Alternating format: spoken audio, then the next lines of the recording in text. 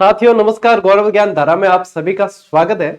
आज अपन जो है क्रांति करने जा रहे हैं, यानी कि क्रांति पढ़ने जा रहे हैं। क्रांति कर चुके अपने जो पूर्वज थे, अपने से पहले थे, उस समय थे, तत्कालीन समय कह सकते हैं अपन, वो थे, वो क्रांति कर चुके।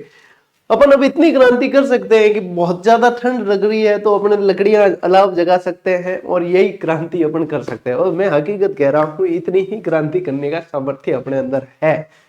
पहले वाली वो जो बातें हैं वो आज चाहे तो भी अपन नहीं कर सकते। वो क्रांति का समय अलग था, ये अलग है। अब सर्दी बड़ी पड़ रही है, आप क्रांति तो छोड़ो, आप जो है अपने जो है सर्दी से अपना बचाव कर लेना, वही अपने लिए तो क्रांति है। सर्दी अच्छी है, आप लोगों के वहां पता नहीं, लेकिन हमारे यहाँ पे अच्छी है तो आप लोगों के वहां पे भी अच्छी ही होगी। एक तरीके से अपन बहुत अच्छे कटिबंध में रहते हैं, जहां पे हमें जो है सर्दी गर्मी बरसात सारे मौसम देखने को मिलते हैं। अच्छा है जो है, अच्छा है। ठीक है, चलिए आज का जो टॉपिक है, हाँ अच्छा सुनो, अब ये भी लाइव क्लास नहीं है, ये भी रिकॉर्ड है। एक्चुअल में इसके दो कारण है। एक तो लाइव चैट में आप लोग बहुत ज्यादा जो है आपसी परिचय, मेल मिलाप, चैटिंग डेटिंग वगैरह करते रहते हो, सबसे पहला कारण वो है। दूसरा कारण ये सर्दी भी बड़ी पड़ रही है। आप लोग तो रजाई कंबल में घुस के क्लास देख लेते हो, हमें तो स्टूडियो में खड़ा रहना पड़ता है। तो यूं है कि अपने भी टाइम से रिकॉर्ड कर दी, रिकॉर्ड उसी दिन होती है, ठीक है ना, उसी दिन रिकॉर्ड होती है, उसकी चिंता आप लोग नहीं करें। जैसे कि आज 26 तारीख है तो 26 तारीख को ही रिकॉर्ड हो रही है, ठीक है, यानी है लाइव बैच ही। लेकिन आप लोगों की पढ़ाई के लिए ही फिर से अपन उसी पैटर्न पे आए हैं। जहां जरूरत पड़ेगी लाइव क्लास की, वहां लाइव क्लास भी दूंगा मैं आपको। जहां इस पैटर्न की जरूरत है, कई सारे बच्चे खुश हो जाएंगे इससे, हाँ गुरुजी ये ठीक है, क्योंकि ये जो अनाप शनाप जो चैटिंग में बातें करते थे वो वाले जो है उनकी थोड़ी सी शरारतें थम जाएगी और वो थोड़े सी मायूस भी होंगे, अरे गुरुजी नहीं आ रहे, तो गुरुजी की क्लास में जो सीमा आती थी वो भी नहीं आ रही, रेखा आती थी वो भी नहीं आ रही, जो समीर आता था वो भी नहीं आ रहा, ठीक है, जो दिनेश आता था वो भी नहीं आ रहा। ऐसी वाली भावनाएं आप लोगों की थोड़ी सी शांत हो जाएगी अब, क्योंकि आप लोग जो है पढ़ाई के प्रति अब क्या होंगे, सीरियस होंगे। तो 1857 की क्रांति पढ़ते हैं। ये चैप्टर ऐसा है, मैंने पहले भी पढ़ाया है आप लोगों को बहुत बार, आज वापस पढ़ते हैं, क्योंकि जब एक बैच चल रहा होता तो उसमें रनिंग में वो क्लास पढ़नी चाहिए। मैं चाहता तो वो क्लास ही बोल देता, आप लोगों को देख लेना, लेकिन जो है रनिंग में पढ़नी चाहिए। रीट एसएसटी के संभव बैच में अपन 1857 की क्रांति को आज फिर से पढ़ लेते हैं और एक एक चीज आप लोगों के इसमें जो बनती है उसको ध्यान से पढ़ लेते हैं। मोबाइल की स्क्रीन रेडी करके बढ़िया तरीके से देखना, मजा आएगा आप लोगों को। देखो अब ऐसा है कि देखो, अब यदि अपन देखें 1757, ठीक है, प्लासी के युद्ध के बाद फिर बक्सर की लड़ाई हुई, कर्नाटक के युद्ध हुए, ठीक है, उन सबसे क्या हुआ कि फिर अंग्रेज हो गए स्टेबलाइज, पूरी तरीके से अपनी पैर जमा लिए और इन 100 सालों के अंदर यानी 1857 तक जो है धड़ा दे दिया था अंग्रेजों ने। धड़ा दे दिया समझते हो, मारवाड़ी में क्या धड़ो दे दियो, यानी कि दबा दिया था हम भारतीयों को। भारतीय जो है परेशान हो गए थे और मतलब अब जो है पानी सिर से ऊपर निकलने लग गया था। ये तो उसी समय अपने को आजादी मिल जाती, लेकिन कुछ कमियां रही। कमियां ये रही कि शिक्षित वर्ग ने साथ नहीं दिया, शासकों ने साथ नहीं दिया, क्रांति एक साथ नहीं हुई और सही तरीके से योजना नहीं बनी। नहीं तो उसी समय अंग्रेजों ने तो बोरी बिस्तर बांधने शुरू कर लिए थे कि भैया अब तो अपना काम यही समाप्त, लेकिन फिर नहीं हुई सही तरीके से, 90 साल और शासन कर गए। ठीक है, चलिए जो है देर आए दुरुस्त आए, अपने को आजादी मिल चुकी है। अब देखो यूं है कि क्रांति, अपन क्या पढ़ रहे हैं, क्रांति। क्रांति के पहले कुछ कारण है, डायरेक्ट क्रांति होती नहीं है। ऐसे ही अपने बैठे हैं और सोचा अरे यार आज तो क्रांति कर लेते, कैसा रहेगा, है दिनेश, क्रांति कर ले क्या है, हाँ हाँ तो कर लेते। ऐसे नहीं होती क्रांति। क्रांति हुई है तो उसके पीछे कोई ना कोई कारण है, ठीक है। अब ये क्रांति थी, ये स्वतंत्रता संग्राम था, ये विद्रोह था, इसके पीछे बहुत सारे लॉजिक है और बहुत सारे इतिहासकार अलग अलग मत रखते हैं। अपने रीट के लेवल में जो पूछा जाए उसमें आप लोगों को इसमें नहीं उलझना है, जहां पे आपको ध्यान रखनी है वो चीज मैं बताऊंगा। सबसे पहले पृष्ठभूमि समझ लेते हैं, इस क्रांति के पीछे की पृष्ठभूमि क्या है, कैसे क्रांति क्यों हुई और फिर कैसे हुई उस पर बात करेंगे। तो इसके बहुत सारे कारण हैं। हमें क्या है, हम बचपन से पढ़ते आ रहे हैं तो हमें एक ही जो है चीज याद रहती है कि वहां पे जो है एनफील्ड राइफलें प्रयोग में ली गई थी और एनफील्ड राइफलों के कारण और ये क्रांति हो गई। एक्चुअल में ऐसा नहीं है, एनफील्ड राइफल तात्कालिक कारण था, यानी कि वो बहुत समय से माहौल बना हुआ था, फिर कोई एक ऐसी क्षणिक घटना हो जाती है ना कि वहां से जो है उसका कॉर्क खुल जाता है और वो सारी चीजें बाहर आ जाती है, वो वाली चीज है ये एनफील्ड राइफल। एक्चुअल में बहुत सारे कारण थे। कारण क्या थे समझो। सबसे पहले अपन समझे यहाँ पे सहायक संधियां हुई।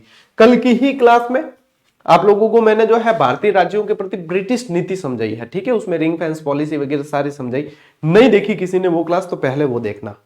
उसमें अपन ने एक सहायक संधि पढ़ी। सहायक संधियां किसने की थी? वेलेस्ली ने की थी। किसने की थी? वेलेस्ली ने की थी, ठीक है, ये बताई थी मैंने आप लोगों को। और अधीनस्थ पार्थक्य संधियां भी बताई थी और सहायक संधियां भी बताई थी। अब उसमें यह भी बताया था मैंने आप लोगों को कि सबसे पहली सहायक संधि करने वाली रियासत कौन सी थी। यदि इसकी बात करें, पहली सहायक संधि करने वाली रियासत कौन सी थी? हैदराबाद थी। कौन सी थी? हैदराबाद के निजाम ने की थी, हैदराबाद थी। और हैदराबाद ने 1798 के अंदर सहायक संधि की थी। हमें तो अपने भूले सीधा, ये ट्रिक बताई थी आप लोगों को कि हमें तो अपने भूले और कैसे भूले, सीधा भूले, ठीक है। इस तरीके से आप लोगों को कल की क्लास में मैंने वो चीजें याद करवा दी थी, ठीक है। तो वहां से जो है ये सहायक संधियां। अब सहायक संधियां क्या थी तो वो कल भी बताया, थोड़ा सा वापस बता देता हूं। सहायक संधियां ये थी कि भाई अंग्रेजों ने क्या किया कि अब अपन यो यहाँ पे आके रहने लगे। पहले व्यापारी के रूप में आए, फिर इन्होंने साम्राज्य जो है अपने बढ़ाना शुरू किया। तो इन्होंने क्या किया कि शासकों को अपने ऊपर जो है आश्रित किया जाए। क्या किया जाए? आश्रित किया जाए। तो सहायक संधियां की। सहायक संधियों में क्या होता था, शासकों को कहा आप तो राजा हो, आप राजा जी मौज करो, राज करो, आपके कहीं लड़ाई लड़ाई करनी होगी ना, सेना हमारी जाएगी। और वो सेना कितनी? 500,000 सैनिकों की सेना होती थी। हथियार हमारे काम में आएंगे, सेना बारूद हमारा काम में आएगा। आप तो जो है आराम करो, आपके यहाँ पे सेना, हमारी जो सेना रहेगी उसका, आप जो आपके पास पैसे खूब है, आप इसका भरण पोषण कर देना, आप राजा हो, खिलाने पिलाने में तो आपके कोई कमी नहीं है। इस तरीके से सहायक संधियां कर ली। राजा जी भी गए अपार के मौज करनी। लेकिन राजा जी उस समय जो है शासक ये भूल गए कि इससे पहले सेनाएं हमारी थी, भरण पोषण हम ही करते थे और हम ही राजा थे, वास्तविक राजा थे। यहाँ पे तो क्या हुआ, हाथ बांध ली, कठपुतली बन गई। अब मान लो कि किसी से लड़ाई करनी है तो पहले अंग्रेजों की परमिशन लेनी पड़े, सेना लड़ेगी कि नहीं लड़ेगी, आश्रित हो गए। आश्रित हो गए एक तरीके से। ये सहायक संध्या थी। तो इन्होंने, उनकी तो ये नीति थी अंग्रेजों की कि इनको आश्रित किया जाए। तो ये सहायक संध्या इस तरीके से सहायक संध्या कर ली और इनके राजाओं के जो हाथ पैर एक तरीके से काट दिए, ठीक है। ये सहायक संधियों का प्रभाव पड़ा। डलहौजी की हड़प नीति इसका मुख्य कारण रही। डलहौजी की हड़प नीति को व्यपगत नीति के नाम से भी जाना जाता है। क्या कहते हैं? व्यपगत नीति भी कहते हैं। साथ ही साथ ध्यान रखना, इसे डॉक्ट्रिन ऑफ लैप्स भी कहा जाता है। डॉक्ट्रिन ऑफ लैप्स यानी गोद निषेध प्रथा। यानी कि अपने यहाँ पे सीधा सा हिसाब ये था कि मान लो कोई राजा है और उसके संतान नहीं हो रही, संतान हो गई और मान लो पुत्र नहीं हुआ है, तो वो क्या करता? दत्तक पुत्र यानी गोद लिया हुआ पुत्र, गोद लेके पुत्र और अपनी रियासत को आगे चला देते थे। लेकिन यहाँ पे इसने कहा कि डॉक्ट्रिन ऑफ लैप्स के तहत आप ऐसा नहीं कर सकते। इसके भी 3 नियम थे। यूं मत समझना गुरुजी 4 अंगुली दिख रही है, ये थोड़ी सी झुकी हुई है, ले पकड़ लेते, ठीक है। इसके भी 3 नियम थे। ले फोकस कर दा पहला, ठीक है क्लास। इसके भी 3 नियम थे। एक नियम तो यह था कि जो सर्वोच्च सत्ता के अधीन कभी थे ही नहीं राज्य। मैंने आपको कल की क्लास में बताया था कि एक शब्द प्रयोग होता था सर्वोच्च सत्ता, जो सर्वोच्च सत्ता के अधीन थे ही नहीं।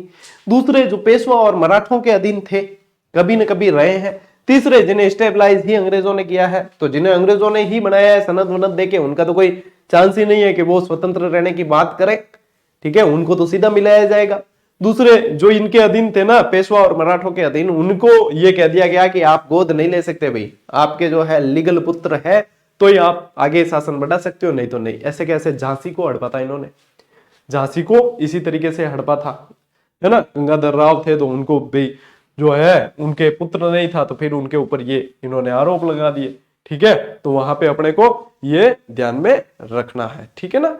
ये चीजें अपने को थोड़ी सी समझ में ध्यान में। अच्छा एक चीज और बताऊं, यहाँ पे आप लोगों के महलपरी और महकपरी का जिक्र होता है, मैं चलो आगे ही बता दूंगा।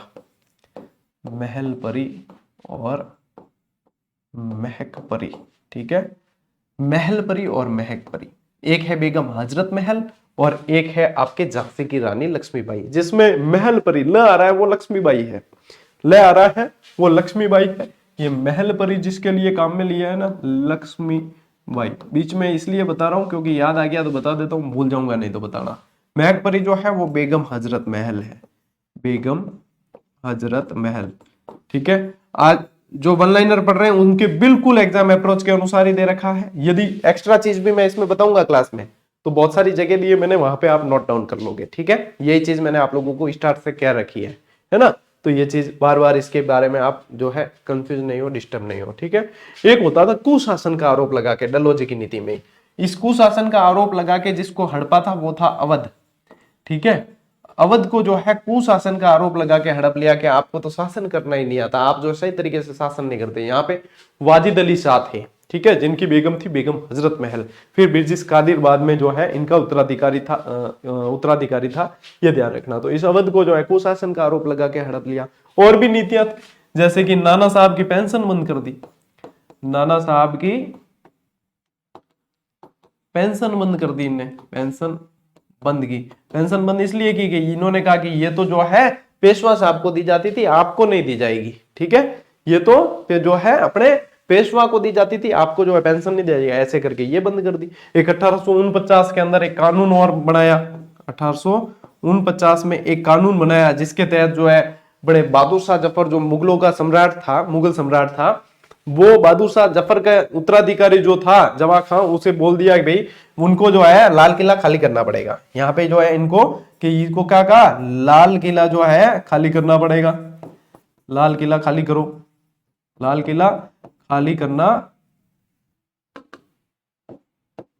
पड़ेगा। तो क्या कहाँ रहेंगे, तो कुतुब मीनार के पास में छोटा सा कमरा है, खोली है एक, उसके अंदर जाके रहोगे। यानी कि कुल मिला के ये सारे राजनीतिक कारण थे जो अंग्रेजों के खिलाफ ही हो रहे थे। अत्याचार होता था वो तो बात अलग, ठीक है, ये सारे कारण थे ही थे, और भी कारण बहुत सारे थे। अब देखो इसमें आर्थिक कारण भी है। आर्थिक कारण में ये है कि जो भारतीय थे उनको कोई अधिकार नहीं मिलते थे, उनसे काम ज्यादा कराते थे, पैसे कम देते थे, लगान वगैरह बहुत वसूला जाता था, जमीनों पे अधिकार कर लिए जाते थे वगैरह, बहुत सारे ऐसे टैक्सेस वगैरह इनसे भारतीयों से अपने से ज्यादा लेते थे। ठीक है, कच्चा माल अपने से लेते थे, अपने पैसे बराबर नहीं देते थे, वही माल जो है ब्रिटेन ले जाके बहुत महंगा बेचते थे, फायदा कमाते थे। ये आर्थिक कारण थे। धार्मिक कारण भी थे। धार्मिक कारण ये थे कि ईसाई मिशनरियों का प्रचार प्रसार बहुत तेजी से चल रहा था, लोगों को जबरन ईसाई बनाने के कार्य भी चल रहे थे, तो इससे भी लोग जो है वो पीड़ित थे। सारे के सारे हिंदू और मुस्लिम दोनों ही पीड़ित थे, इन दोनों की धार्मिक भावनाओं को भी ठेस पहुंचाने के कार्य किए जा रहे थे। सैनिक असंतोष भी था कि सेना में देखो भारतीय भी थे और अंग्रेज भी थे, अंग्रेज थे कम, भारतीय थे ज्यादा, लेकिन फिर भी भारतीयों का वेतन था कम और अंग्रेजों का वेतन था ज्यादा। एक डाक अधिनियम लाया इन्होंने, तो डाक से संबंधित जो सेवाएं थी वो भारतीय सैनिकों से छीन ली गई, बंद कर दी गई, उनके पैसे लगने लग गए। फिर जो है एक इनको समुद्र पार जाना जो है, भारतीय सैनिक वगैरह अपने धर्म के अनुसार नहीं मानते थे, तो फिर भी धर्म के इनको जो है समुद्र पार भी जो है भेजा जाने लगा। तो इन सारी चीजों से क्या हुआ कि इन सारी चीजों से अंग्रेजों ने वो माहौल बना दिया क्रांति का, कि अब कुल मिला के भारतीयों को लगने लगा कि अब ठोको और बाहर निकालो, धक्को देर बारे काट, बाकी की इलाज कौन है। तो ये वाली चीजें सारी बनने लगी। अब लास्ट में आता है आप लोगों के तात्कालिक कारण। अब लास्ट में क्या आता है, आप लोगों के तात्कालिक कारण आता है। अब देखो तात्कालिक कारण क्या, ये सारी पृष्ठभूमि है, ये लिखना चाहो तो लिख लेना, भले नहीं लिखोगे तो भी चलेगा। तात्कालिक कारण ही पूछा जाता है आप लोगों को। तात्कालिक कारण था कि पहले प्रयोग होती थी एक बंदूक जिसका नाम था ब्राउन ब्राउज। क्या नाम था, ब्राउन ब्राउज या ब्राउन बेस भी कहा जाता था। ठीक है, ब्राउन बेस भी कहा जाता था। जैसे क्रीमिया के युद्ध पे वगैरह, क्रीमिया में हालांकि एनफील्ड राइफल ले आए थे ये, लेकिन जो है पहले ब्राउन बेस होती थी, जो एक बड़ी सी बंदूक होती थी, दो नाली फटाक से खोली, साधारण सी होती थी, उसके अंदर जो है इतना वो कारतूस का इतना वो मतलब जो बाहरी खोल होता था वो इतना टाइट नहीं होता था कि मुंह से खोलना पड़े, डायरेक्ट जो है कागज टाइप होता था, खोला, अंदर जो है उसके अंदर बंदूक के अंदर भरा, और फिर दूसरी एक नाल होती थी उससे जो है कूटा, और फिर वापस बंद की, चलाया, छुट्टी, दैट्स ऑल। लेकिन इन्होंने क्या किया कि यहां पे अब मैं इसलिए लिख रहा हूं तत्कालीन है, ठीक है, उस समय। अब जो है इन्होंने इसकी जगह राइफल लिया है, कौन सी, एनफील्ड राइफल, एनफील्ड राइफल लिया है। अब एनफील्ड राइफलों में समस्या कुछ नहीं थी, इसमें समस्या यह थी कि ये अफवाह फैल गई। उस समय अफवाह कहा गया, बाद में ये चीज सिद्ध भी हुई कि गाय और सूअर की चर्बी है इसके अंदर, गाय और सूअर की चर्बी वाले कारतूस की चर्बी वाले कारतूस। एक बार ऐसे ही मैं पढ़ा रहा था तो मैंने कहा कि चर्बी वाले कारतूस थे जिनको मुंह से खोलना पड़ता था और फिर बारूद भरना पड़ता था, तो ये समस्या थी। तो एक भाई खुराफाती बच्चे बहुत होते हैं, एक टाबर गए, गुरुजी मुंह से खोलते ही नहीं, क्या चीज खोल देते तो बेटा वहां पे गोली लगती है, युद्ध करने के लिए बंदूकें काम लेते हैं, ऐसी थोड़ी है, मजे मजे के लिए थोड़ी है। वहां ला कैंची ला, मकबूल कैंची लाओ, कट्टे के अंदर बारूद भरना है, वो वाला सिस्टम थोड़ी है। पंकज त्रिपाठी वालों आ रहा हूं थोड़ी हाल ही है, गोली लग जाएगी। मुंह से खोल के फटाफट भरा है, गोली मारनी है, नहीं तो अपने में खानी है। फिर ये वाली चीजें हैं। तो गाय और सुअर की चर्बी वाले कारतूस थे, क्या होता था कि उसको जब मुंह से तोड़ा जाता था तो चिपचिपा पदार्थ निकलता था। उसके बारे में ये अफवाह फैल गई उस समय कि इसमें गाय और सुअर की चर्बी लगी हुई है।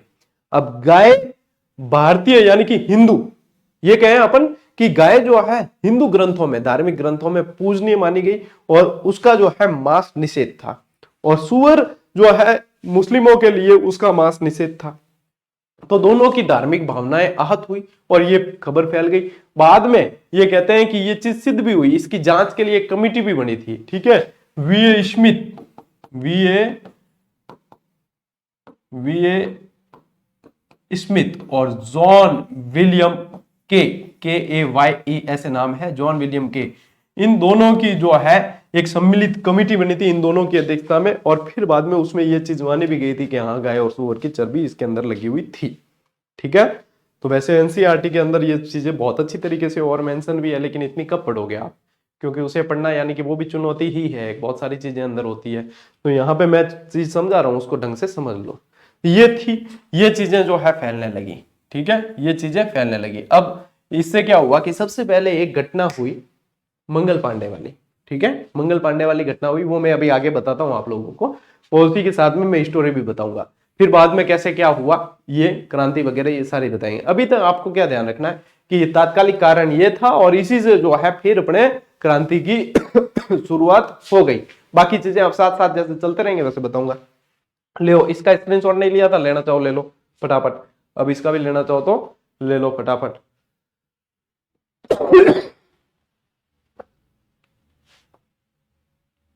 ठीक है, आगे बढ़ते हैं। अब देखो जो बेसिक चीजें आप लोगों के रेट के लिए इंपॉर्टेंट है, क्रांति के समय कौन क्या था। तो ब्रिटेन की महारानी उस समय थी विक्टोरिया, ब्रिटेन की महारानी थी विक्टोरिया। क्या गुरुजी ये चीजें पूछी जाती है? हाँ बेटा पूछी जाती है, इसीलिए बता रहा हूं। और ब्रिटेन के प्रधानमंत्री देखो यहाँ पे क्या है, पीएम लिखा है मैंने, पीएम ऐसे ही नहीं लिखा है, मैं चाहता तो प्रधानमंत्री लिख सकता था, लेकिन पीएम इसलिए लिखा है कि आपको लिखना है ऐसे, पी का मतलब पाम और स्टन, ठीक है, पाम स्टन ऐसे याद रखना है। तो ये था, वैसे इसका जो है ओरिजिनल नाम पामस्टन का, वो यदि आपको पूछे तो ध्यान रखना हेनरी जॉन टेम्पल। इसका मूल नाम पूछे ना, इसका नहीं पूछेंगे, फर्स्ट ग्रेड में पूछ ले तो भी बात अलग है। इसका मूल नाम तो जो था वो था हेनरी जॉन टेम्पल। कोई नहीं पढ़ा था वैसे इतना, लेकिन फिर भी मैं बता रहा हूं, यही रट्टा मारना नहीं है, बस ध्यान में रख लेना, बताया है। यदि पूछ लिया तो आप लोग करके आ जाओगे, ये मेरी गारंटी है। आप लोगों को बिना रट्टा मारे भी आप करके आओगे जब यदि प्रश्न और ऑप्शन आप लोगों के सामने आ गए। भारत का गवर्नर जनरल उस समय कौन था? कैनिंग था, कैनिंग, ठीक है, कौन था? लॉर्ड कैनिंग, यही पहला वायसराय बना था। इसके बाद भारत में क्रांति का नेतृत्व किसने किया? वो किया बहादुर शाह जफर ने, ठीक है, बहादुर शाह जफर ने। इसकी भी मैं एक स्टोरी बताता हूं अभी, ठीक है। चलिए, राष्ट्रीय सेनापतित्व इसी का सेनापति था बख्त खां, इसने किया है। और क्रांति की योजना जो है वो अजीमुल्ला और राणोजी बापू ने लंदन में जाके बनाई है, ठीक है। अजीमुल्ला और राणोजी बापू ने जो है लंदन में जाकर ये क्रांति की योजना बनाई है। तो ये भी अपने को ध्यान में रखना है, ठीक है। एक और चीज ध्यान में रखो तो ध्यान में रख लेना, अजीमुल्ला को जो है क्रांति दूत के नाम से भी जानते थे, क्रांति दूत के नाम से। अब ये चीज जो एक्स्ट्रा बता रहा हूं ना, वो आप लोग वन लाइनर लेके बैठे तो उसके अंदर साथ में नोट करते चलना, ठीक है। ये चीजें, कई चीजें साथ साथ में क्लास में फ्लो में भी बताई जाती है, ठीक है ना। ये अब देखो, क्रांति की नियोजित तिथि क्या थी? 31 मई 1857। कोई भी चीज होती है, कोई भी अपने को प्लान बनाना होता है कुछ भी करना है तो एक योजना बनाई जाती है कि फलानी तारीख को ये चीज किया जाएगा। ऐसे कैसे क्रांति की नियोजित तिथि जो बनाई गई वो बनाई 31 मई अपने 1857। ठीक है, तारीख लगी महीने की अंतिम कि भैया महीने में किने की काम वाम मैं नहीं कोई भी आयोडो तो काम वाम निपटा दो। एक लास्ट वर्किंग डे जो गए नहीं जो हाफ डे वे था दिया ना, last working day half day वे आ जाओ फटाफट। ठीक है, और महीने के पहले दिन से पहले ही अपन जो है महीने की शुरुआत होने से पहले अपन क्रांति कर लेंगे। यदि मैं कह रहा हूं कि 31 मई जो नियोजित की थी इसी दिन सभी जगह क्रांति हुई होती ना, अंग्रेज उसी दिन उड़ जाते। ठीक है, लेकिन हुआ नहीं। हुआ क्या, क्रांति प्रारंभ कब हुई देखो 20 दिन पहले यहां पे। ठीक है, 10 मई 1857 को मेरठ से प्रारंभ हो गई। 10 मई 1857 को मेरठ से प्रारंभ हो गई।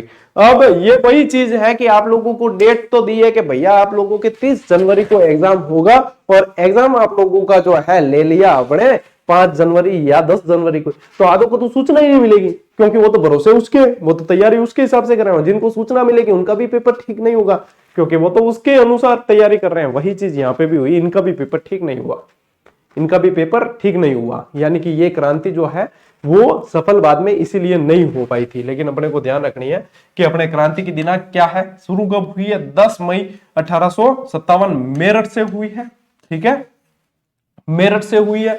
और यहां पे जो है ये यदि पूछे ना आप लोगों को तो 20वीं नेटिव इन्फेंट्री के सैनिक थे, 20वीं नेटिव इन्फेंट्री पैदल सैनिक थे, पैदल सैनिक थे। और क्रांति पूर्व पहली घटना जो है, ये क्रांति की शुरुआत नहीं है, इसको ध्यान रखना। ये क्रांति पूर्व पहली घटना है, वो 29 मार्च 1857 को हुई है। और ये घटना क्या थी, बैरकपुर छावनी के मंगल पांडे द्वारा बाघ और हुसैन की हत्या कर दी गई। अब ये क्यों हुआ इसको समझो, ये क्यों हुआ इसको समझो।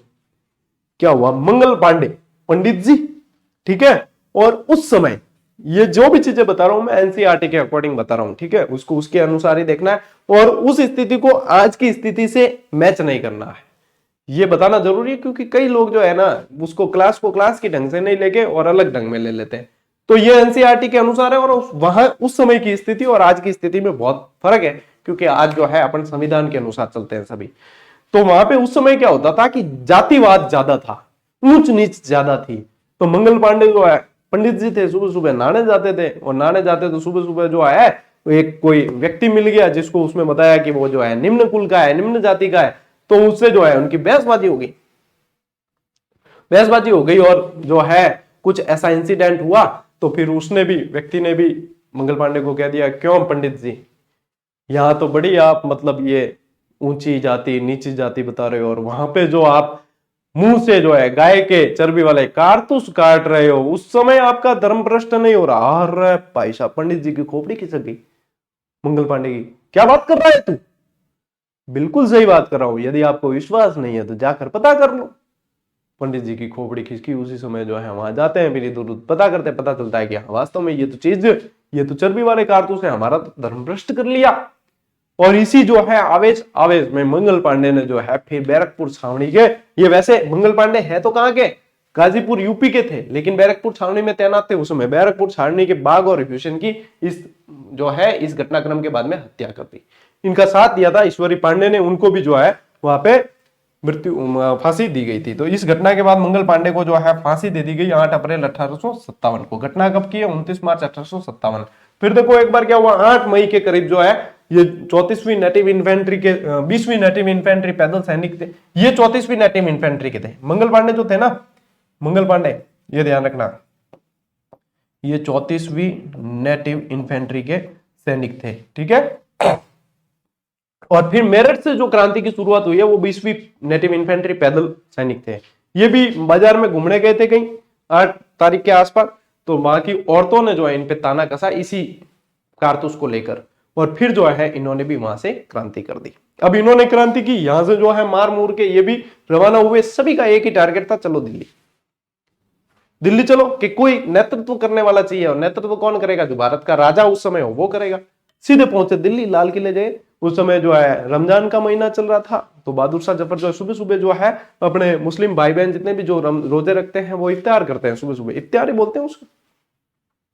सुबह सुबह मैं जो है इतना समझता नहीं हूं इसमें, शायद दूसरा भी कुछ कहते होंगे, मतलब सुबह जो भोजन कर लिया जाता है सूर्योदय से पहले वही है, उसके बाद में फिर सूर्यास्त के बाद में ही किया जाता है उसमें, तो वो उस भोजन को करके जो है बस जस्ट फ्री हुए ही थे जितने में, तो आड़ो बजायो, दरवाजा खटखटाया कि कौन है, कि खोलो दरवाजा। खोला तो सारे सैनिक जो है अंदर पूरे के पूरे ओ करते अंदर राजा जी को, बहादुर शाह जफर को घेर लिया। बहादुर शाह जफर को घेरा और सीधी बात गई कि हमने कर दी है क्रांति और नेतृत्व आपको करना है। आपके पास में सिर्फ दो ऑप्शन है कि या तो आप क्रांति का नेतृत्व करें या फिर आपको क्रांति का नेतृत्व करना ही है, यानी कि या तो आप हाँ कहेंगे या फिर हाँ ही कहेंगे, हाँ या हाँ, ना तो ऑप्शन है ही नहीं। आदमी करेगा क्या, कोई ऑप्शन ही नहीं है, बस नेतृत्व करना है, हमने आपको नेतृत्व करता घोषित कर दिया है। इस तरीके से जो है मनाने मनाने में एक दिन चला गया, फिर जो है 12 मई को यहां से ये फिर यहाँ पे दिल्ली में जो है क्रांति हो जाती है, मेरठ में मान सकते हैं अपन कि वहां से क्रांति की शुरुआत हो गई। फिर जो है ये इस तरीके से घटनाक्रम आगे चलता है। बख्त खां को सेनापति चुना गया। यहां तक का स्क्रीनशॉट ले लो आप, यहां तक का स्क्रीनशॉट ले लो।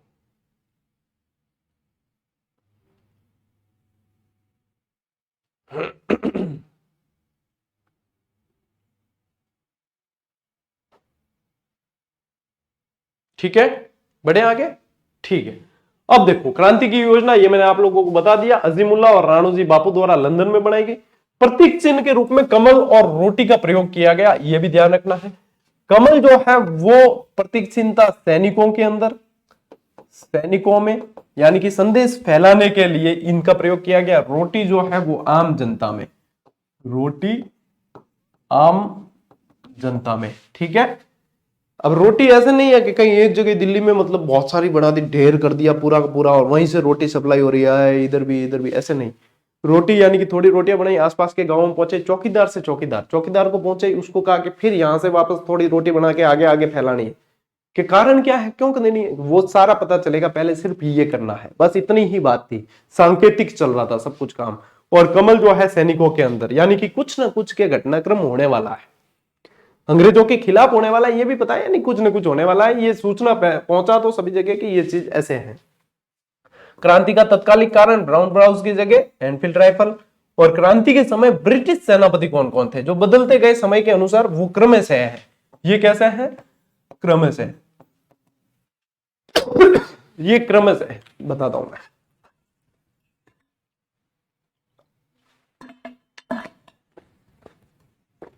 आप लोगों को जपाक से ये याद हो जाएंगे।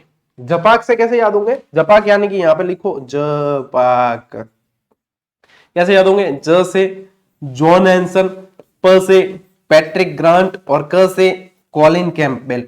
ऐसे याद नहीं हो तो एप्लीकेशन के अंदर क्या, एप्लीकेशन के लिए एपीके यूज किया जाता है सब, तो एपीके याद कर लेना। ए से एंसन, पी से पैट्रिक ग्रांट और के से कॉलिन कैंपबेल। ये क्रमशः थे जो क्रांति के समय भारत के क्या रहे, ब्रिटिश सेनापति रहे हैं, ब्रिटिश सेना के सेनापति रहे हैं, इनको याद रखना है।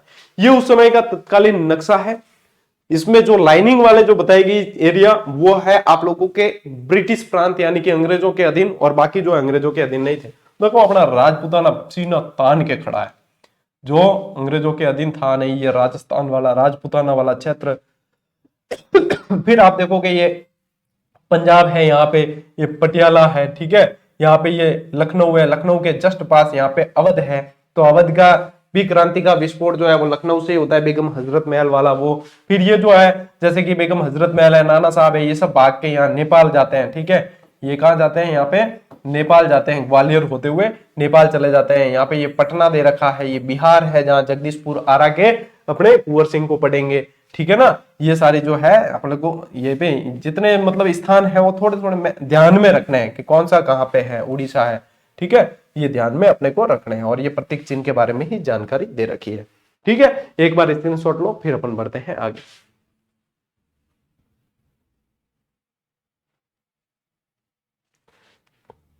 देखो विद्रोह की प्रकृति और महत्वपूर्ण पुस्तकें बाद में पढ़ेंगे, पहले पढ़ते हैं ये सारणी सबसे मोस्ट इंपॉर्टेंट है। आप लोगों के प्रश्न जो बनेंगे ना वो इस सारणी से बनेंगे, लेकिन मैं यहाँ की घटनाएं भी आप लोगों को साथ साथ में बताता हूं, ठीक है। वो चीजें याद रखनी है अपने को। प्रश्न इस सारणी से ही बनते हैं। 70% चांसेस है इस सारणी से प्रश्न बनते हैं। ठीक है, इसको बहुत अच्छी तरीके से याद कर लेना है। देखो भारतीय नेतृत्व खत्म। देखो बहादुर शाह जफर और बख्त खां, अब ये कहां थे? ये थे अपने दिल्ली के अंदर, यानी कि मेरठ से जब सैनिक चले हैं दिल्ली पहुंचे हैं, फिर वहां पे जाके राजा जी सुबह होते पांव फटते तो पहुंच गए थे सुबह होते ही सैनिक, फिर जो है उनको मनाने मनाने में एक दिन निकल गया, फिर 12 तारीख को दिल्ली के अंदर क्रांति मानी जाती है। ठीक है ना, तो दिल्ली के अंदर ब्रिटिश नायक कौन थे? John Nicholson Hudson. और विद्रोह समाप्ति की जो तिथि है वो 21 सितंबर 1857। ये नहीं पूछी जाती, जो प्रारंभ वाली तिथि है ये पूछ सकते हैं, इसके चांसेस ज्यादा है। ठीक है, वैसे आप लोगों के लिए सबसे मोस्ट इंपॉर्टेंट कॉलम ये है, ये पूछा जाता है और ये स्थान पूछा जाता है। ठीक है, ये स्थान पूछा जाता है, देख लेना पहले PYQs, आपको समझ में आ जाएगा। फिर देखो नाना साहब और तात्या टोपे। ठीक है, नाना साहब और तात्या टोपे, इनको जो है धोंदू पंत के नाम से भी जानते थे, धोंदू पंत के नाम से जानते थे। और इनको रामचंद्र पांडुरंग मूल नाम। ठीक है ना, इन्होंने जो है झांसी की रानी का बहुत ज्यादा साथ दिया था। विद्रोह की जो प्रारंभ की तिथि है वो है अपने 5 जून 1857। ठीक है, और कानपुर के अंदर विद्रोह होता है। ठीक है, कानपुर के अंदर, तो कान न से नाना साहब याद रखना, न से नाना साहब याद रखना है, और क्या ध्यान रखना है? क से कैंपबेल ध्यान रखना है, क से कैंपबेल ध्यान में रखना है। यहां पे इन्होंने नाना साहब में कानपुर के अंदर ही एक जगह है बीबीगढ़, एक जगह जिसका नाम है बीबीगढ़, वहां पे अंग्रेजों का कत्लेआम किया था। लेकिन दिखती बात है कितनों को मारेंगे, उनके पास में बंदूकें ज्यादा थी, सेना सुसज्जित थी उनके पास, अपने पास में इतनी रणनीति थी नहीं, तो आखिर में जो है पराजित तो होना पड़ा था। बाद में जो है ये तात्या टोपे, नाना साहब वगैरह ये जो है ग्वालियर के रास्ते होते हुए नेपाल की तरफ चले जाते हैं। ये ध्यान रखना है। खत्म होने वाली तिथि यदि आप ध्यान में रखो तो भी अच्छी बात है, नहीं रखोगे तो भी कोई दिक्कत होने वाली नहीं है। बेगम हजरत महल। ठीक है, बेगम हजरत महल, जिनको किस नाम से जाना गया? महक परी के नाम से भी जाना जाता है। वाजिद अली शाह इनके शौहर थे, और बिरजिस कादिर जो है बाद में उत्तराधिकारी बना। इनके यहाँ पे विद्रोह की तिथि है 4 जून 1857। ठीक है, लखनऊ के अंदर, वैसे ये कहां के थे? अवध के थे। ये कहां के थे? अवध, ये अवध के थे। और आप लोगों को बताऊं, अवध को सैनिकों की पौधशाला के नाम से जाना गया। लिखना चाहो तो लिख लेना, सबसे ज्यादा सैनिक अवध के ही थे।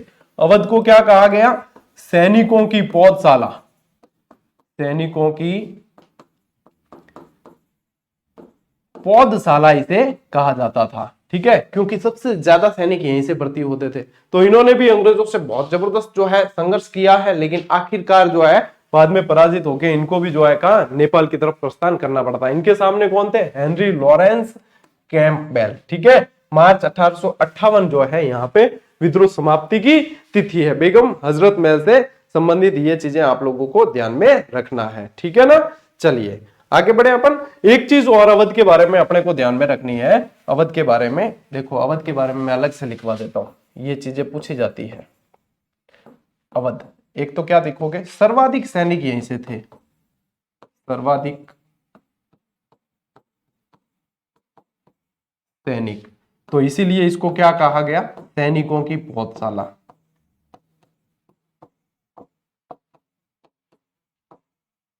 अब क्या होता है, लाइव में ये कंटिन्यूटी नहीं रहती, आप लोगों के भी डिस्टर्ब होता है, मेरे भी डिस्टर्ब होता है। इसीलिए मैं जो है अपलोड क्लास पढ़ाने में ज्यादा बिलीव करता हूं, क्योंकि एग्जाम अप्रोच उस पर ज्यादा पकड़ होती है। ठीक है, और इसको जो है डलहौजी ने, ये ध्यान रखना बहुत इंपॉर्टेंट प्रश्न है और बना डलहौजी ने इसे क्या कहा पता है? डलहौजी ने, ऐसे लिखना, डलहौजी ने अवध को चेरी, क्या? चेरी, कोष्टक में लिखोगे गिलास फल, गिलास के ऊपर, शरबत के गिलास के ऊपर चेरी वेरी लगाते हैं ना, वो आखिर में गिलास में ही गिरता है, तो चेरी कहा, गिलास फल कहा कि ये तो जो है अपने सत्ता के अंदर ही गिरेगा। और बाद में इसको जो है कुशासन का आरोप लगा के अवध को इन्होंने हड़पा भी था, इसलिए इसको जो है अवध को चेरी गिलास फल कहा। ठीक है, ये आप लोगों को ध्यान में रखना है, मोस्ट इंपॉर्टेंट फैक्ट है, मोस्ट इंपॉर्टेंट फैक्ट है। ले स्क्रीनशॉट और लिख लेना इसको, चेरी फल कहा है अवध को। किसने कहा है? डलहौजी ने कहा है। ठीक है, ये स्पेशली ध्यान में रखना है आपको। चलिए अब कहां थे अपन? यहां। हाँ देखो, अब आते हैं रानी लक्ष्मीबाई एवं तात्या टोपे। ठीक है, अब रानी लक्ष्मीबाई का राज्य जो है इन्होंने हड़प लिया। ठीक है, रानी लक्ष्मीबाई के जो पति थे उनकी मृत्यु होने के बाद में इन्होंने दत्तक पुत्र को जो है मान्यता नहीं दी, तो इनको भी हड़प लिया। जून 1857 के अंदर रानी लक्ष्मीबाई ने विद्रोह किया है और झांसी और ग्वालियर इनके विद्रोह का केंद्र रहा है। ग्वालियर में तात्या टोपे ने अच्छा सपोर्ट किया। इनके सामने जो था अंग्रेज अधिकारी, उसका नाम था ह्यूरोज, ये पूछा जाता है। जब रानी लक्ष्मीबाई ने संघर्ष कर दिया, देखो आपने पढ़ा है, खूब लड़ी मर्दानी, वो तो झांसी वाली रानी थी, सुभद्रा देवी चौहान की जो है ये कविता बहुत प्रसिद्ध है, और उसके अंदर मर्दानी शब्द प्रयोग हुआ है ना, वो सर ह्यूरोज जो है, ये ह्यूरोज सामने था, बहुत लोहा लिया अपने झांसी की रानी लक्ष्मीबाई ने, और अंत में, मनु नाम था इनका है ना, मणिकर्णिका, अंत में जो है ये जब शहीद हो गई, ये वीर गति को प्राप्त हो गई, तब भी सैनिक इनके पास में जाने से डर रहे थे, क्या पता कब उठ के मारेगी। और अंत में इन ह्यूरोज ने कहा है कि भारत के सैनिकों, यहां सोए हुए सैनिकों में ये अकेली मर्द है, ये चीज कहा था ह्यूरोज ने, ये कोटेशन पूछा भी जाता है। ठीक है, ये ह्यूरोज के शब्द थे, इतनी इनके अंदर सामर्थ्य था। ठीक है, 17 जून 1858 को जो है क्रांति यहाँ पे भी समाप्त हो गई। फिर देखो कुंवर सिंह जो है ना, इनके नाम के अंदर ही जवान छुपा हुआ है। ठीक है, ये था भैया बूढ़ा शेर, ये जो है बूढ़ा शेर था, इन्हें बूढ़ा शेर, इन्हें बिहार का शेर ये भी कहा गया, बिहार का शेर भी कहा गया। इन्हें 1857 की क्रांति का भीष्म भी कहते हैं, 1857 की क्रांति का भीष्म भी कहा जाता है, क्रांति का भीष्म भी कहा जाता है। मैं कह रहा हूं कि इनके जितना सामर्थ्य तो अपने अंदर अभी भी नहीं आ सकता। ये कितने साल के थे जब क्रांति में हिस्सा लिया इन्होंने? 80 वर्ष के बुजुर्ग थे ये, लेकिन मैं ये कहता हूं कि ये 80 वर्ष का जवान था, ये व्यक्ति 80 वर्ष का जवान था जो लोहा ले सकता था। इतना जबरदस्त इनके अंदर भुजबल था, इतनी जबरदस्त इनके अंदर लड़ने की और साहस था इनके अंदर, कि इनके कंधे पर एक गोली लगी उस समय जब लड़ रहे थे, इन्होंने अपना हाथ काटकर गंगा को समर्पित कर दिया कि ये गोली का जहर फैलेगा तो मैं जो है लड़ नहीं पाऊंगा, इस हाथ को ही काट के फेंक देते। ये था वो, है ना। आज की टाइम में अपने 10 किलो जो है आटा पिसाने, गेहूं पिसाने रख दो, उसमें भी अपने जो है हाथ दर्द करना आ जाता है। हकीकत बात कर रहा हूं मैं। लेकिन उस समय का सामर्थ्य जो है वो ये था। और कुंवर सिंह से पता चलता है अपने को, झंडा लेके ही शहीद हो गए थे ये थे कुंवर सिंह, बिहार आरा के जगदीशपुर के ये निवासी थे। इन्होंने लोहा लिया अगस्त 1857 के अंदर। जगदीशपुर, या जगदीशपुर लिखा नहीं मिलेगा, ध्यान रखना, आरा भी लिखा मिलता है। इनके सामने था विलियम टेलर और मेजर विंसेंट नायर। 1858 में अंत हुआ है क्रांति का। फिर ध्यान रखना, लियाकत अली कहां से थे? इलाहाबाद से। मैं हमेशा पढ़ाता हूं, जब ये कहता हूं कि इसको लियाकत अली वाला जो ये इलाहाबाद है ना, ये पूछा जाता है, इसलिए इसको ऐसे पढ़ो, इलियाकत अली। क्या पढ़ो? लियाकत अली थे, लेकिन आप पढ़ो इलियाकत अली। इससे क्या होगा? इलाहाबाद याद हो जाएगा। इलियाकत अली पढ़ोगे तो ई से इलाहाबाद आप लोगों को याद हो जाएगा। इनके सामने थे कर्नल नील। ठीक है, फिर देखो खान बहादुर खान। खान बहादुर खान, अब देखो कभी कभी आप लोगों को जो है याद रख लेनी चाहिए चीजें, कभी कभी। ठीक है, कभी कभी क्या है, केबी, पहला केबी जो है उससे ध्यान रखना है खान बहादुर, दूसरा केबी जो है ये खान, और फिर ये बरेली, खान बहादुर खान बरेली, साथ में लिखना, कभी कभी आ जाएगा। ठीक है, सामने कौन था? हडसन था। 1858 की बात है। मौलवी अहमदुल्ला, अब जैसा कि नाम है, मौलवी साहब का काम क्या होता है? मौलवी साहब का काम है कि जो उनको मानते हैं उनको ज्ञान की बात बताना, प्रवचन देना। तो इनका, मौलवी अहमदुल्ला का भी काम यही था। ये भी गांव-गांव जाते थे और प्रवचन देते थे। इन्हें जो है पैगंबर साहब का अवतार भी, मतलब दूसरा रूप भी कहा गया। इन्हें जो इस्लाम मानते थे वो ये भी कहते थे कि ये मोहम्मद साहब के अवतार है। ठीक है, इसके अलावा जो है आप लोगों को ध्यान रखना है, इन्हें कहा गया सिकंदर शाह के नाम से भी जाना गया। इन्हें सिकंदर शाह के नाम से भी जानते थे। इसके अलावा इनका एक और नाम था जो मैं यहां लिख रहा हूं, इनको डंका शाह भी कहते थे। क्या कहते थे? डंका शाह। ये एनसीईआरटी में लिखा हुआ है ऐसे कैसे। डंका शाह इसलिए कहते थे कि जहां प्रवचन देने, उपदेश देने जाते थे, वहां पे आगे इनके अनुयायी चलते थे और वो डंका बजाते बजाते चलते थे। तो पता चलता था कि कोई आए, कि कौन आए, कि डंका शाह आए, डंका बज रहा है, वो शाह है, मौलवी साहब आए, कि डंका शाह आए हैं, तो ये इनका नाम पड़ गया डंका शाह। ठीक है, इनके ऊपर अंग्रेजों ने, क्योंकि प्रवचन देते थे साथ साथ में, मतलब अंग्रेजों के प्रवचन देना, यानी उस समय पे अंग्रेजों के खिलाफ बोलते थे, सीधी बात। तो यानी कि अंग्रेजों ने इनके ऊपर 50,000 इनाम रख दिया था। 50,000 इनामी थे उस समय, 50,000 इनके ऊपर इनाम रखा हुआ था। फिर बाद में इन्होंने संघर्ष भी किया और आमने सामने भी हुए और इनको जेल भी जाना पड़ा। जेल गए और फिर जेल से जैसे ही आए वापस रिहा हो गए, तब से क्रांतिकारी हो गए कि अंग्रेजों से लोहा लेके आए हैं, जेल जाकर आए हैं। तो फिर जो आया मौलवी साहब क्रांतिकारी हो गए। तो मौलवी अहमदुल्ला के नेतृत्व में फैजाबाद में क्रांति होती है और कर्नल नील इनके सामने था। ठीक है, ये भी ध्यान रखेंगे आप। और अजीमुल्ला 1857 में फतेहपुर के अंदर जनरल रेनर्ड इनके सामने था। तो ये जो है आप लोगों को मुख्य क्रांति स्थल सारे के सारे ध्यान में रखने, और इस तरीके से क्रांति चली थी भैया। और मैंने सारी चीजें आप लोगों को ये बहुत अच्छी तरीके से बताई। मेन तो सारनी ही है, लेकिन जो चीज मैंने ऊपर डेकोरेशन किया ना, इसके ये सारा डेकोरेशन ये आप लोगों के काम आएगा। क्रांति तो मेन है ही, लेकिन ये डेकोरेशन आप लोगों के काम आना है। ठीक है ना, तो ये डेकोरेशन के हिसाब से आप लोगों को ये चीजें ध्यान में रखनी है। स्क्रीनशॉट ले लिया है, तो अब चलते हैं अपन आगे।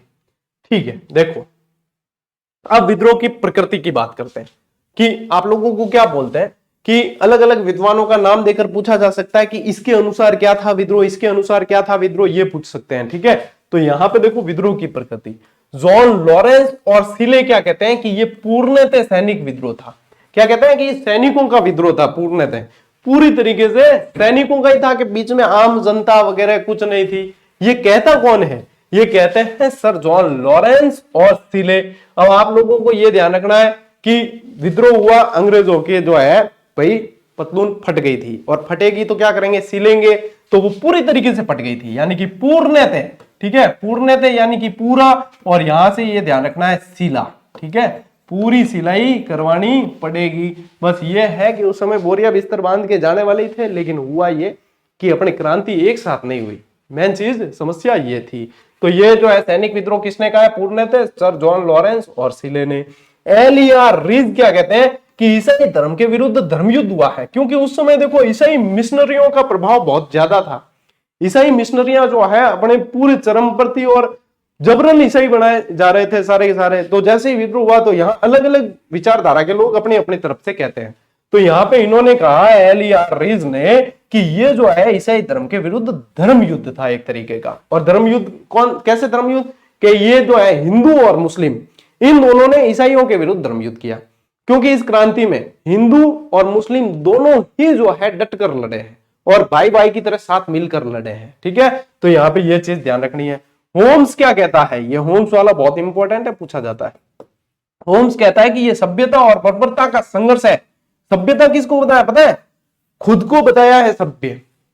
बताओ, अंग्रेज कह रहे हैं कि वो तो सभ्य थे वो, और हम थे बर्बर। चलो बर्बर ही सही, लेकिन संघर्ष हुआ तो सही, तब पता चला कि हमारी ताकत क्या थी। तो वो कहते हैं कि सभ्यता और बर्बरता का संघर्ष था। कौन कहता है? होम्स कहता है। ठीक है, जेम्स आउटरम क्या कहते हैं? हिंदू मुस्लिम षड्यंत्र था ये तो एक तरह का। क्या था? हिंदू मुस्लिम षड्यंत्र था, कि हिंदुओं ने और मुस्लिमों ने मिलकर हमारे खिलाफ ये षड्यंत्र किया है। ये कौन कहता है? आउटरम कहता है। ठीक है, डिजरेली क्या कहता है कि ये राष्ट्रीय विद्रोह था। डिजरेली क्या कहता है कि ये राष्ट्रीय विद्रोह था। मजूमदार ये कहते हैं कि भारतीय स्वतंत्रता का संग्राम नहीं था ये। ठीक है, ये भारतीय स्वतंत्रता का संग्राम नहीं था, ये कहता है मजूमदार। एसएन सेन क्या कहते हैं कि भारतीय स्वतंत्रता का संग्राम था। तो इन दो भारतीयों के ये कोटेशन आपको ध्यान रखना है। मजूमदार कहते हैं कि संग्राम नहीं था और एसएन सेन कहते हैं कि संग्राम था। ठीक है, ये जो है कोटेशन बहुत इंपॉर्टेंट है और पूछते हैं एग्जाम में इसके अंदर से। कुछ पुस्तकें भी पूछी जाती है आप लोगों को, कुछ पुस्तकें भी एग्जामिनर पूछता है, वो डायरेक्ट याद रख लो। 1857 इस तरीके से। अब देखो 1857 ऐसे याद मत रखना, क्योंकि इसका नाम पूरी तरीके से लिखा हुआ है 1857, तो 7 से सैन याद रखना आपने को। ठीक है, बीच में से वी हटा देना, सैन, एसएन सैन की है। The great rebellion Ashok Mehta की पुस्तक है। किसकी है? The great rebellion Ashok Mehta की है। The sepoy mutiny and the revolt of 1857 ये है आरसी मजूमदार की। उसी के अंदर आरसी मजूमदार का ये कोटेशन भी है। The first Indian war of independence most important, कई बार पूछी गई, हाल ही में अब लास्ट किसी एग्जाम में भी पूछा था। और क्या ये स्क्रीनशॉट डाले? आप सभी को पता है कि प्रश्न सारे कवर होते हैं। तो ये जो है पुस्तक आपको ध्यान रखना है, the first Indian war of independence Marx and Engels की है। और the Indian war of independence 1857 पूछे तो वीडी सावरकर, कंफ्यूज मत होना। The first Indian war of independence पूछे तो वो है आपके मार्क्स एंड एंजल्स। ठीक है, और पूछे आप लोगों को the Indian war of independence, जिसमें फर्स्ट नहीं लगा है, डायरेक्ट है the Indian war of independence 1857, ये है वीडी सावरकर की। ठीक है, ये किसकी है? वीडी सावरकर की। अब लीजिए स्क्रीनशॉट आप, अब लीजिए स्क्रीनशॉट। ठीक है, यहां तक जो है आपको समझ में आ गई चीज। अब बढ़ते हैं अपन अंतिम स्लाइड की तरफ, और इसके साथ ही ये चैप्टर हो जाएगा आप लोगों के पूरा।